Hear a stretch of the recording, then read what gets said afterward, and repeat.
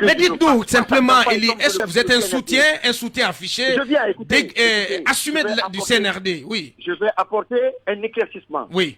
Je soutiens de façon inconditionnelle le CNRD. Et le titre, la route est barrée, c'est en guise de soutien au CNRD. Je viens. La route est barrée à ces vieux leaders politiques. Laissez le temps. Ne guidez pas les gens comme si on était dans un procès. Laissez le temps à vos invités de s'exprimer. Parce que vous avez un auditoire quand même, vous avez des gens qui vous écoutent. Allez-y. Quand je dis que je soutiens de façon inconditionnelle le CNRD, et le morceau La route est barrée est une inspiration qui vient de Eli Kamano, parce que ce n'est pas la première fois dans mon registre de faire de telles chansons. Je l'ai toujours fait il y a plus de 20 ans. Maintenant, lorsque ceux qui disent que je soutenais Alpha Condé le disent, c'est de la bêtise intellectuelle, parce que quand je soutiens quelqu'un, je le fais ouvertement. Bien. Je soutiendrai le CNRD pour une seule raison. Oui. Une seule et simple raison. Laquelle? Parce que je veux que la transition se fasse de façon apaisée et qu'on aille aux élections. Mais ça ne peut pas se passer de façon apaisée avec un tel discours. Lequel? Celui que vous prenez, le dégagisme de...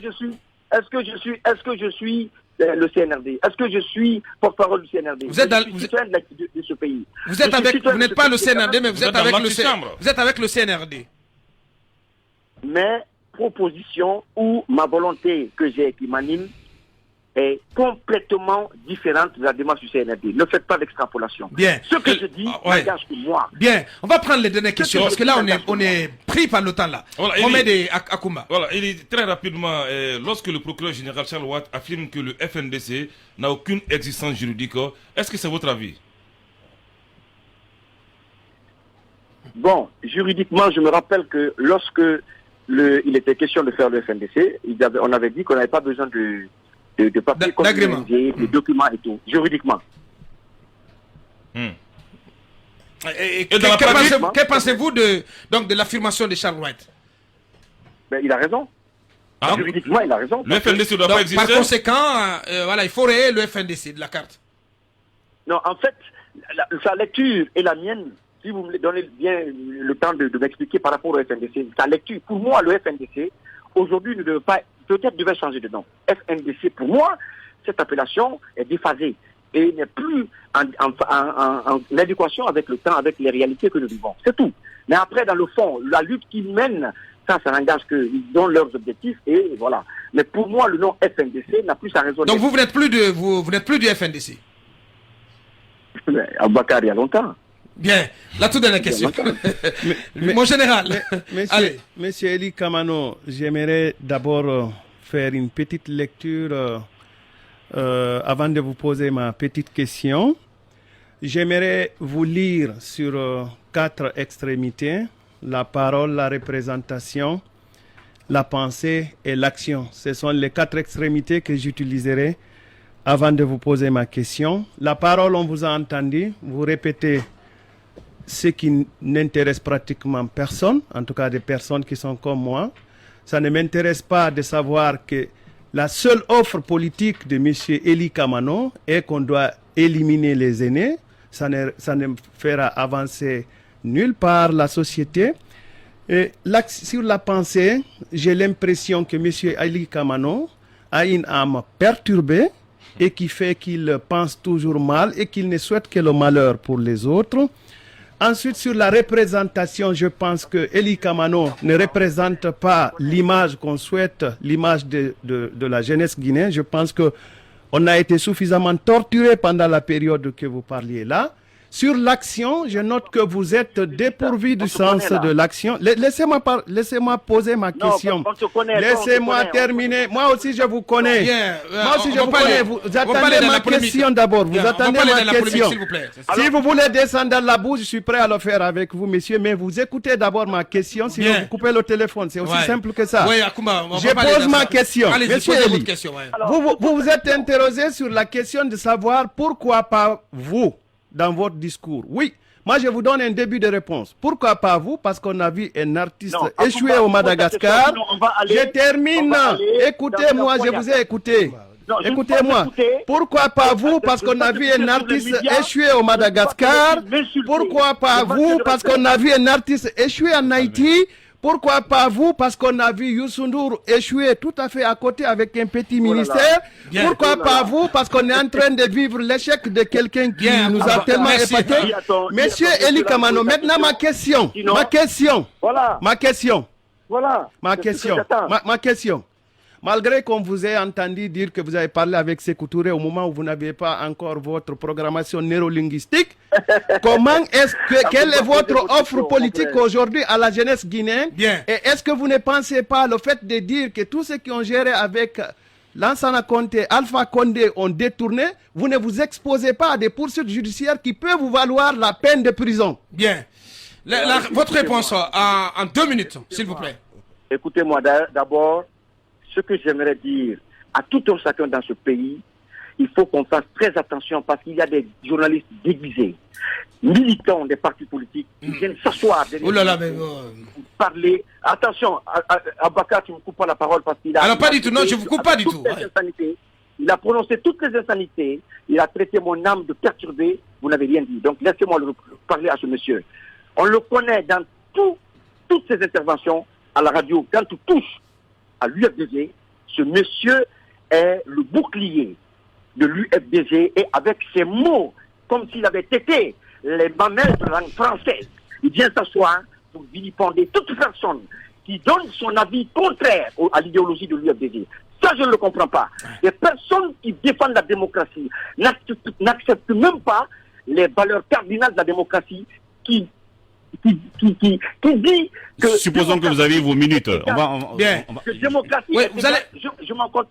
Ce n'est pas mon problème. Oui. Je préfère brûler 5 minutes en répondant à ce monsieur qu'en répondant à sa question. Parce que quand il me dit que je me suis assis sur les pieds de Sékou Touré, je suis né d'une famille noble, moi. Mon père a été 22 ans le pilote de Sékou Touré. Le premier pilote africain à voyager de Paris à Conakry avec un équipage africain. C'est Samando Kamano, le colonel Samando Kamano. Allez-y à l'aviation militaire, on vous le dira. Donc, ne venez pas rabaisser les gens assis derrière votre chaise là-bas parce que vous êtes militant de l'UFDG. Je n'ai pas de réponse pour vous. Et ma réponse se trouve dans mon projet de société. Et ce que je vais vous dire, Aboubacar, c'est votre droit d'accepter ces personnes comme ça, mais ça n'aide pas la démocratie. Parce qu'un démocrate, c'est celui qui accepte l'avis contraire de l'autre. Ce n'est pas tous les régimes, sous Alpha Condé, ceux qui ont géré, ils sont aujourd'hui inquiétés par la crière. Il ne faut pas qu'on se mente. Je veux aujourd'hui vous faire comprendre que ma façon de faire de la politique, je suis venu en politique parce que justement, je ne peux pas accepter que ces personnes qui se contredisent depuis le temps de Condé, en fonction de leur intérêt. Quand je me rappelle, en 2007, la maison du leader de l'UFDG a été brûlée parce que tout simplement, c'est eux qui étaient en train de faire la promotion du coudéisme. Et que ces mêmes personnes viennent aujourd'hui pour parler de démocratie.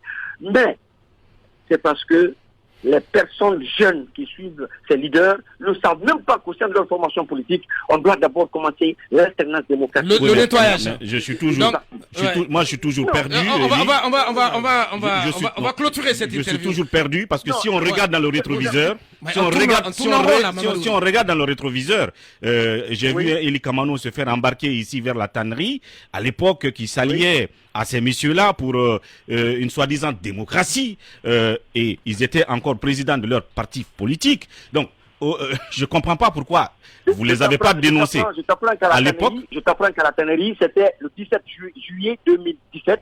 C'est une manifestation que j'ai initiée pour lutter contre les promoteurs du 3e mandat. C'était à l'époque où personne n'avait encore parlé ouvertement du 3e mandat. Parce que il y avait des vérités et j'ai entendu des personnes, pas les moindres, au sein du RPG, parler du 3e mandat, demandant au président Alpha de faire le 3e mandat. C'est ce qui m'a amené à faire cette manifestation à la tannerie. Et on m'a arrêté, on m'a envoyé justement à la DPJ. Maintenant, là, je ne me suis pas... Dernière question. Il faut qu'on clôture. Il faut donner un nom à ceux qui doivent donc être éliminés. On n'a pas leur nom. Qui est-ce que Eli vise? C'est ça la dernière question. Vous visez qui exactement? Écoutez. Ou bien c'est eux tous sans discernement. La vieille classe politique est composée de toutes ces personnes, de tous ces ministres qui ont géré de Conté à Alpha. Bien. Donc pour moi, ils n'ont jamais été la solution à notre problème. Il est temps qu'on les mette de côté et qu'on rêve d'une autre Guinée. Il faut le dire. C'est pas lamentable. C'est très lamentable. Mais il caresse un rêve, Mohamed. C'est l'artiste Eli Kamano qui nous parle ou c'est le politique Eli Kamano qui parle? À ce que ça, si c'est le politique Eli Kamano qui parle, c'est un parti. C'est les deux à la fois. C'est un parti cabine téléphonique. C'est les deux à la fois. Non, c'est un parti cabine téléphonique. Si on parle du parti de Eli Kamano, moi j'assume mes propos. Ouais. Et si c'est l'artiste qui parle, on me dit c'est un artiste aujourd'hui qui manque de plumage, c'est un oiseau qui vole à l'air libre. Donc ce que j'ai envie de dire, ce discours va en guerre de Eli Kamano. Je veux dire qu'il s'occupe des artistes guinéens. Ils ont décaissé récemment 1,1 milliard et quelques pour une action sociale, dit-on. Il y a des bruits de botte déjà par rapport à ce décaissement. Qu'il s'occupe de chanter, de nous faire vivre, il nous a fait danser. Ouais. Il nous a fait danser, il nous a fait rêver. Ouais. Il nous a offert un nouveau single il y a quelques semaines, La Route Barrée. La Route Barrée. Contre qui? Vous savez, Eli Kamano. C'est Eli qu'on aime bien. Hein. Non, mais ce discours, quand il dit mais ils seront tous écartés, ils seront tous à la c'est très très grave. Mais c'est très grave. Politique. Oui, bien sûr. Connotation politique et comment dirais-je, et d'exclusion. Moi j'ai rencontré Eli Kamano le jour du coup d'état, le 5 septembre. Quels sont ceux qui n'ont pas vu Eli Kamano, qui était très content, qui était dans sa voiture, pardon, Eli Kamano, qui était content du départ du professeur Alpha Condé. Mais je l'ai vu de mes premiers au Carrefour d'Addis ici. Ouais. Bon, aujourd'hui, c'est Eli Kamano. Par contre, il n'y avait aucun climat là, mon mec. Non, il y a un climat là. Le monsieur, ne me dites pas que vous avez cautionné un coup d'État. Non, ça a été l'erreur de nos politiques. J'ai dit que c'était un coup d'état salutaire, Mohamed. Non, mais j'assume. Chez moi, non. Pour moi, Mohamed Kaba, je me dis que non, ce coup d'état n'était pas opportun. C'était un coup parce que les mêmes pratiques reviennent. Ne me poussez pas à parler, s'il vous plaît. Parlons d'Eli Kamano. Je crois qu'il doit s'excuser. L'idée selon laquelle il faut écarter tous ces leaders politiques, je crois qu'il n'a pas besoin de le dire. Un moment, on l'a vu faire la paix avec Cellou Dalein Diallo. Aujourd'hui, avec le CNRD, c'est un faux procès qu'il est en train de faire à ses aînés politiques.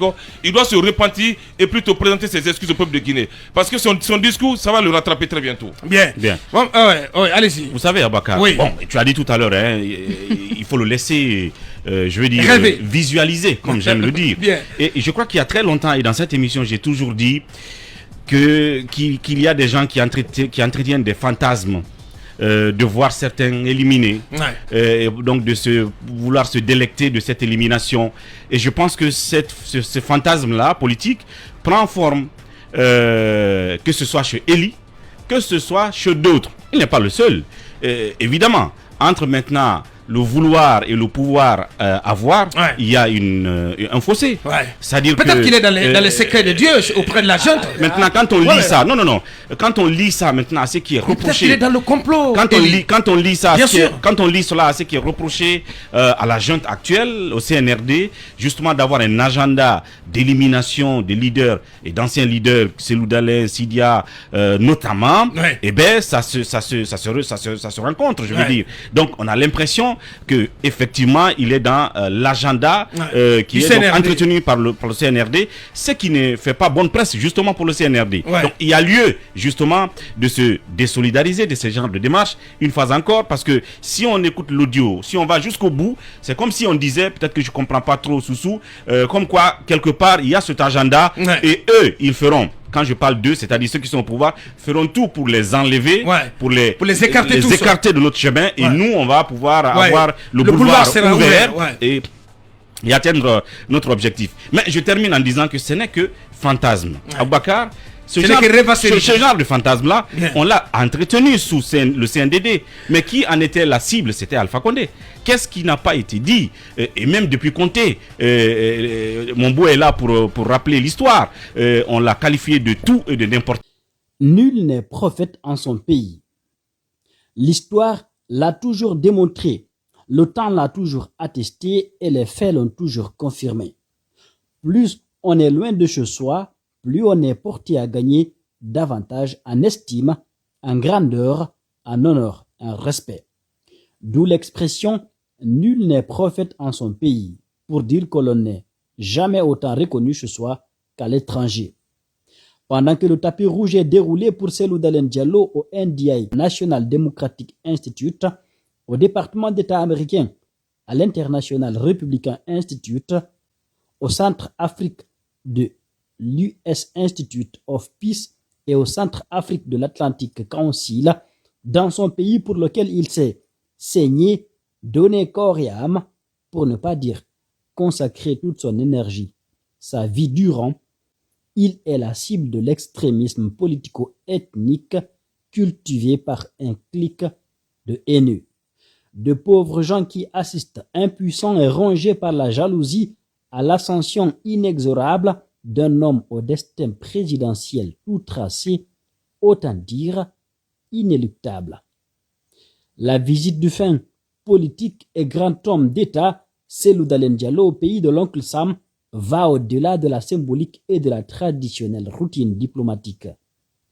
Ce voyage a remis les pendules à l'heure et démontré même que malgré la campagne de diffamation et d'humiliation orchestrée à son encontre dans le détestable but de lui barrer le chemin menant au palais présidentiel, la réputation de l'homme est restée immaculée, son honneur sauf et sa notoriété intacte, tant en Guinée que sur le plan international. Son carnet d'adresses, quoique bien fourni, n'arrête pas de s'étouffer. Son aura résiste à toutes les tempêtes et brave les pires cyclones. Jusqu'à preuve du contraire, Cellou Dalein Diallo inspire confiance et n'est ni un homme de son passé ou du passé tout court, ni un acteur du passif des autres. Il est assurément l'homme de son temps et de son heure. Signé Habib Maron Kamara, éditorialiste. Le révélateur 224.com.